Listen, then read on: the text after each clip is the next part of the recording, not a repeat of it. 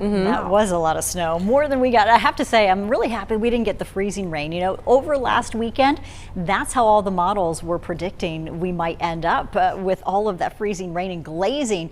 That would have been a tremendous difficult situation. We could have been without power for a week in that scenario where we were maybe going to get a half an inch of glazing. But right now we still have some snow up in the Appalachian State University area, Sanford Mall.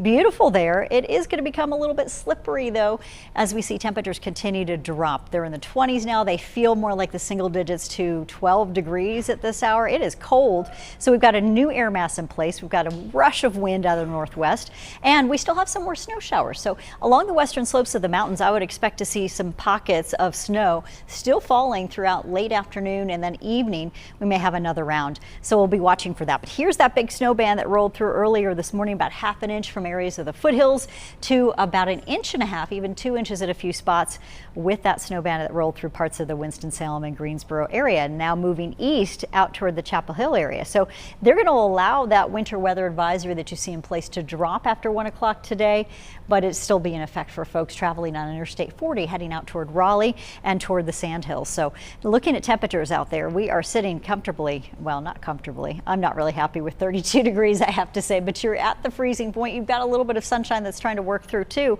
And where you have that happening, at least on the dark pavement, that's going to help melt things up. But anything lingering after sunset that has melted or otherwise, you know, been helpful with the brine and the salt melting everything up, you could still see some icing after that. You've got 29 degrees in Greensboro, 28 in King, 14 in Sparta right now, 20 in Jefferson, and those winds are intense. 15 for feels like temperatures at this hour in Boone, to 3 in Sparta. So you need those layers on and making sure you have your skin covered up, because anything that's not could be exposed for frostbite, possibly hypothermia if you're out for too long. And remember your pets too.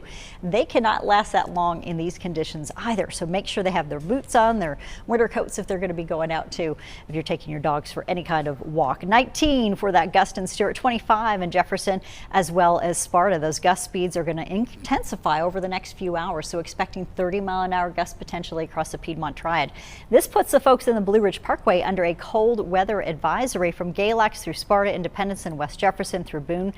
Frostbite, hypothermia, those are the big concerns as we talk about that prolonged skin exposure being an issue for us. So dressing in warm layers too, want to remind everybody about that. Temperatures, as we mentioned, those wind chill values at 19 in Greensboro, and we see those wind speeds still gusting out there. Cold weather advisories also for folks down to the south and east. It does include areas of Montgomery County later tonight. Your forecast wind chill values, take a look. You can see this evening we may have some trouble. Teens for feels like temps across Greensboro to Winston-Salem at 15, 7 below in Boone.